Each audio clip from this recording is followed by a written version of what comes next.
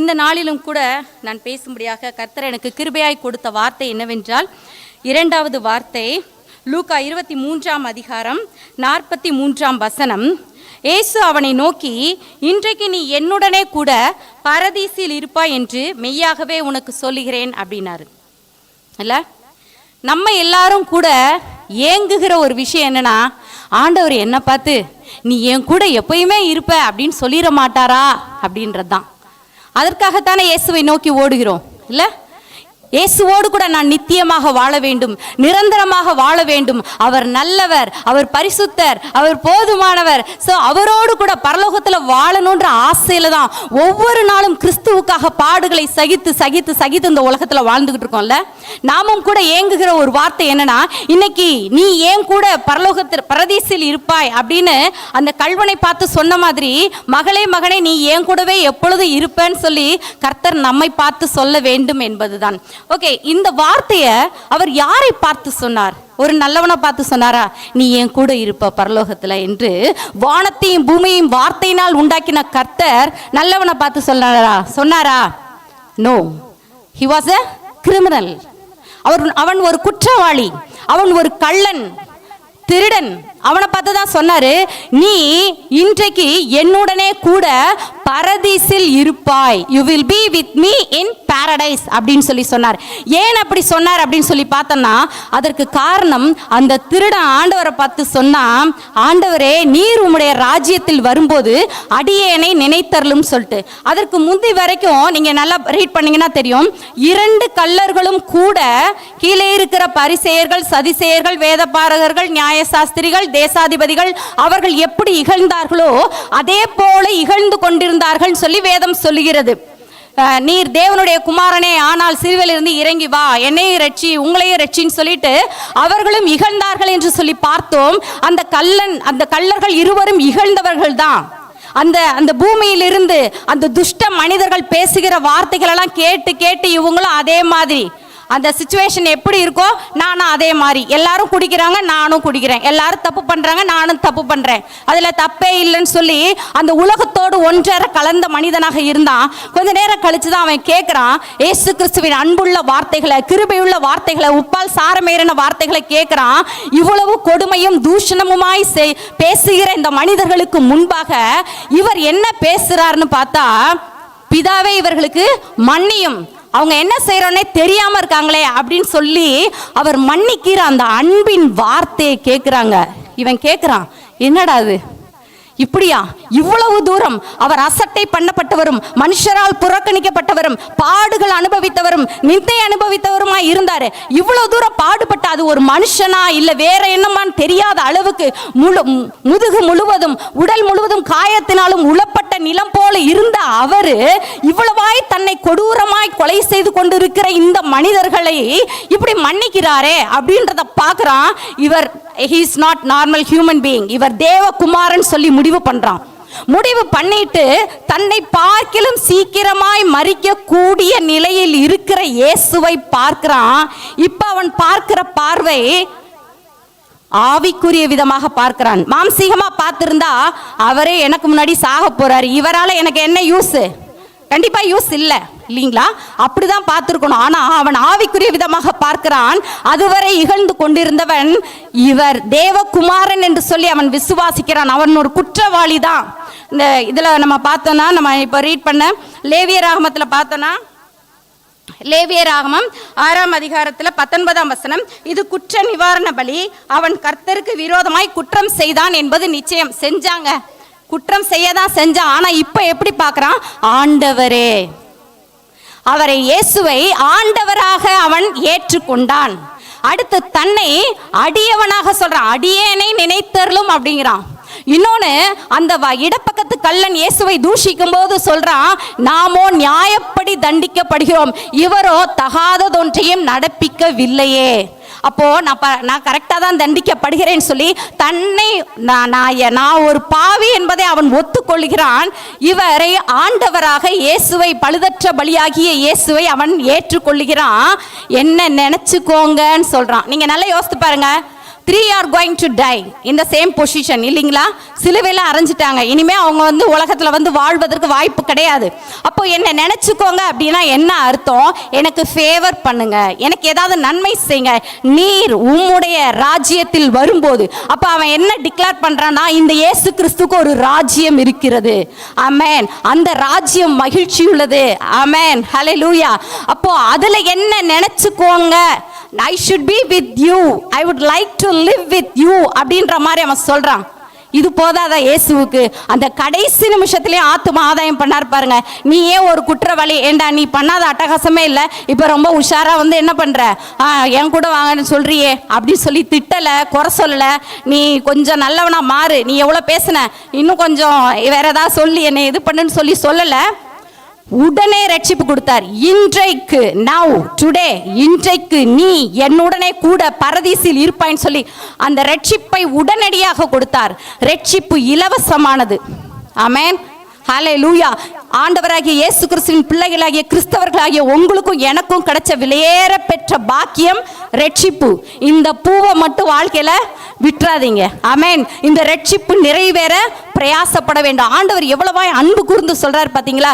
ஆண்டவர் என்ன சொல்றாருன்னா, நீ இன்றைக்கு என்னுடனே கூட பரதீசில் இருப்பாய். பரதீசனா பாரடைஸ். அங்க என்ன இருக்கும்னா ஜீவ விருட்சம் இருக்கும். பரதீசின் மத்தியில் இருக்கிற ஜீவ விருட்சத்தின் கனியை உனக்கு புசிக்க கொடுப்பேன் அப்படின்னு சொல்லி சொல்றாரு. இந்த ஜீவ விருட்சம் ஆதாமும் ஏவாளும் அவர்கள் இழந்து போன விருட்சம், பாவம் செய்தது நிமித்தமாக அந்த ஜீவ விருட்சத்தை புசிக்க முடியல.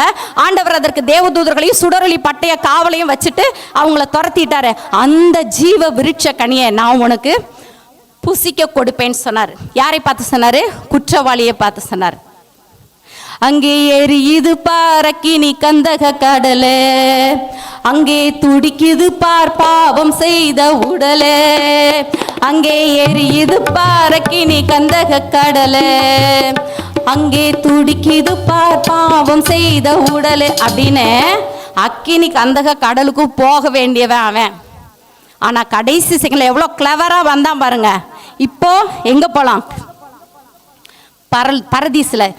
என்ன சுகம் ஆகா என்ன சுகம், என்றின் சமூகம் பேரானந்தம், பரமானந்த மோட்ச சுகானந்தம், அதை பெற்று அனுபவித்தால் என்ன சுகம், ஜீவநதியில் குளித்து களிக்கலாம், ஜீவநதியில் குளித்து களிக்கலாம், ஜீவ விருட்சத்தின் கனியை புசிக்கலாம், ஜீவ விருட்சத்தின் கனியை புசி. எவ்வளோ சூப்பர் பாருங்க. அக்கினி கந்தக கடலுக்குள்ள போக வேண்டியவன் இப்ப எங்க இருக்கிறான்? ஜீவ விருட்ச கனியை புசித்து கொண்டிருக்கிறான். நாம ஒருவேளை நினைக்கலாம், இவன் வாழ்க்கை சூப்பர்டா, வாழ்ற வரைக்கும் எல்லா அட்டகாசமும் பண்ணிட்டான், நல்ல வாழ்க்கையை என்ஜாய் பண்ணிட்டான், இப்போ கடைசி என்ன பண்ணிட்டான்? ஆண்டவர்கிட்டையும் போய் சேர்த்துட்டான், இவனை மாதிரி இருக்கணும் வாழ்க்கை. தோணுதா? அப்படி யாருக்காவது தோணுதா? தோணக்கூடாது. பேயோட வாழ்றது கஷ்டமா, கடவுளோட வாழ்றது கஷ்டமா? யாரோட வாழ்றது கஷ்டம்? பேயோட வாழ்றதுதான் கஷ்டம் இல்ல? அவன் இதுவரைக்கும் குற்றம் செய்து பாவம் செய்து அவனை அக்கிரமம் செய்ய வைத்த அந்த பிசாசின் பிடியில் இருந்தாங்க. அதுதான் கஷ்டமான வாழ்க்கை. கிறிஸ்துவோடு வாழ்வது, கடவுளோடு வாழ்வது எளிதான வாழ்க்கை. இப்ப அவன் வாழ்ந்து களைச்சு போயிட்டான். நம்ம நினைக்கிறோம் இன்னைக்கு மதுபானம் பண்ணா நல்லது, அப்படி இருந்தா நல்லது, இந்த உலக ஜனங்களை போலவே இப்படி பாவ வாழ்க்கையில போவோம். அதெல்லாம் ஒண்ணும் செய்யாது இல்ல. நாம் செய்த எல்லாவற்றுக்கும் தண்டனை உண்டு. ஆனால் குற்ற நிவாரண பலியாகிய இயேசு கிறிஸ்துவை நீங்களும் நானும் ஏற்றுக்கொண்டோமானால் அப்போதான் நமக்கு அதுல இருந்து விடுதலை. அப்போ இவன் களைத்து போனான் பாவத்துல, பிசாசின் பிடியிலிருந்து. இப்ப என்ன பண்றான்?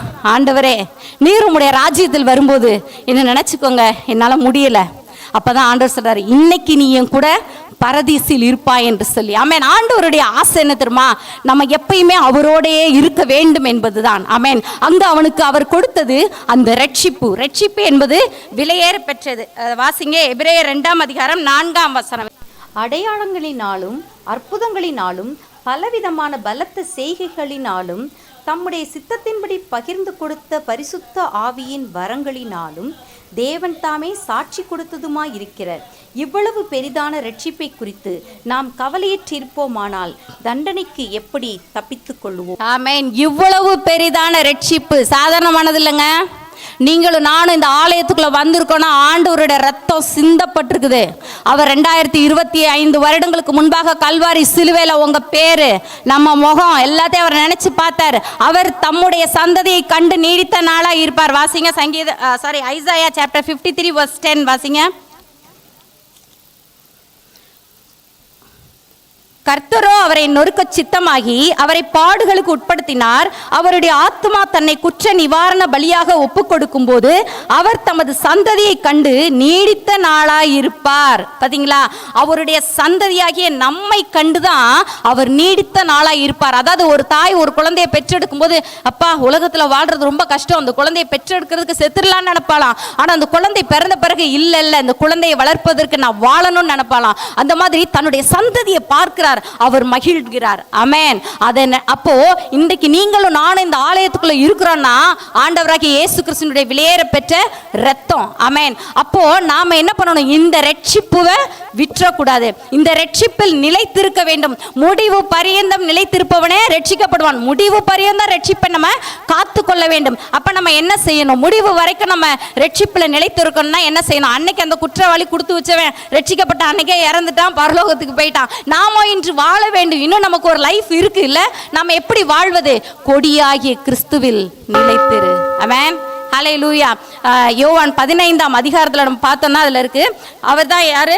திராட்சை செடி, நாம் யார்? கொடிகள் என்று சொல்லி வேதம் சொல்லுகிறது. சோ ஆண்டவராகிய இயேசு கிறிஸ்துவில நாம நிலைத்திருக்கும்படியாக அழைக்கப்படுகிறோம். ஆமென். நிலைத்திருக்க நம்ம என்ன செய்யணும்? வேதத்தை படிக்க வேண்டும். படிச்சுட்டு அப்படியே மூடி வச்சுட்டு அதை மறந்துட்டு என்ன படித்தோம், எந்த சாப்டர் படிச்சிடும், அதில் என்ன கான்செப்ட் வந்துச்சு, எது கேட்டாலும் தெரியாதவர்களாக இருக்கக்கூடாது. சாயங்காலம் வரைக்கும் இரவு வரைக்கும் அதை நினைத்து நினைத்து இந்த வார்த்தை ஆண்டவர் என்னோடு பேசினாரேன்னு சொல்லி அந்த வார்த்தையை செயல்படுத்துகிறவர்களாக நம்ம லைஃப்ல வந்து அப்ளை பண்ணணும், அதை ஒர்க் அவுட் பண்ணணும். அப்படி செயல்படுத்துகிறவர்களாக இருக்கும்போது மாத்திரம்தான் நம்ம கிறிஸ்துவில் நிலைத்திருக்க முடியும். நாம கிறிஸ்துவில் நிலைத்திருக்கும் போது கர்த்தர் நமக்கு என்ன தருவாரு? ஜீவ விருட்சத்தின் கனியை தருவார். சோ நாம யாரு கூட வாழலாம்?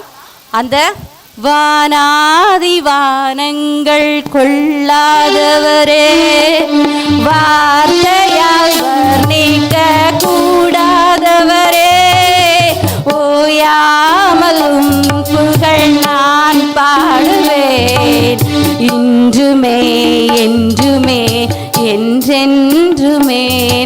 மகிழ்ச்சியோடு பரலோகத்தில் பரதீசில் அவரோடு வாழ்வோம். கர்த்தர் நம்மை ஆசீர்வதிப்பாராக. ஆமென்.